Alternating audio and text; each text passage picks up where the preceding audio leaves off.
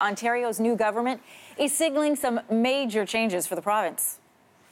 Change will not be easy. It will require a unity of purpose, a clear vision, and a lot of hard work.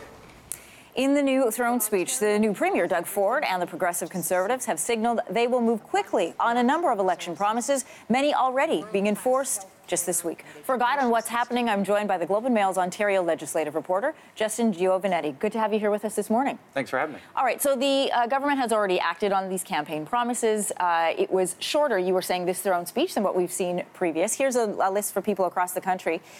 The one that's making a lot of headlines this morning, of course, is this return to the 1998 sex ed curriculum. Listen, I remember when this curriculum, the initial one that's being taught in schools right now, was implemented, thousands of people hit the lawn of Queen's Park. This was a contentious issue in this election. Also, the scaling back of Indigenous curriculum, ending cap and trade. We had, then candidate Doug Ford on the program here saying that he would take it to court if he had to. And drug cuts for kids. This was a major election promise, or this was a major promise from Kathleen Wynne, so people surprised to see that cut back for kids that have coverage. Why are things moving so quickly? And do you remember in past covering the ledge, anybody moving this quickly on their promises? Well, so I think there's one lesson here that they actually learned from former Premier Mike Harris, who actually said one of his big regrets was that they didn't move so fast. And so, Mr. Ford has surrounded himself with a lot of people who might remember those days and certainly would look for lessons there. What we've seen so far is a lot of announcements. What we haven't seen is details. So they have moved quickly. They've definitely moved quickly on these announcements. But we actually now need to see the details. We need to see, the meat on these bones of exactly how they're going to do these things. So, you talked about the sex ed curriculum. Well, we don't have a new sex ed curriculum yet. So they've reverted to the old one from 1998. It's a 20-year-old curriculum, but they've promised something new. There was cap and trade yesterday. They've promised they're going to get rid of cap and trade. Well, that's going to be really difficult to replace. So now they need to actually show us the details of how that's going to be done. I mean, they've certainly kept me and all of my colleagues at Queen's Park and the press gallery busy, and now we're just, clamoring for more and more details. Well, he has a majority government, so he can move these things through. But as you point out, when is the question? Because a lot of them need consultation, including, everything from the education portfolio. Right.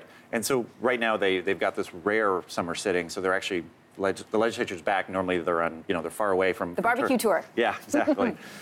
So what's happening right now is they need to move a bunch of things quite quickly. There hasn't really been a legislative government for like 2 months in this province. So things like the York University strike, they need to legislate them back to work before students come back in September. Same thing with a lot of this curriculum stuff, right? Is school boards are just learning right now that they have 2 months to change up how they're teaching and what they're teaching. So I think the barbecue tour is going to be short for them as well.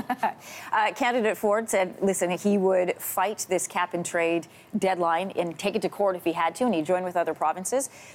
Do we get a sense from yesterday of how that will actually happen? How far are they willing to go, and what are they going to do when the deadline comes?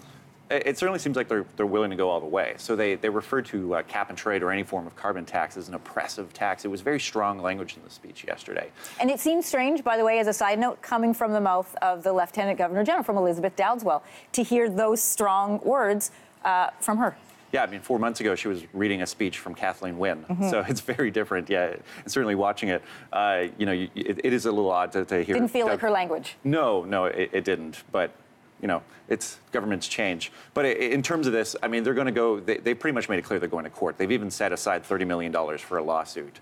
Now, the question for us is, what happens? The feds have made it clear that there needs to be some type of carbon pricing in place by January 1st. And, there's a lot of reporting on this seems to show that the federal government has a fairly airtight case. So what exactly is the province going to do when it gets together with Saskatchewan to try to win this case?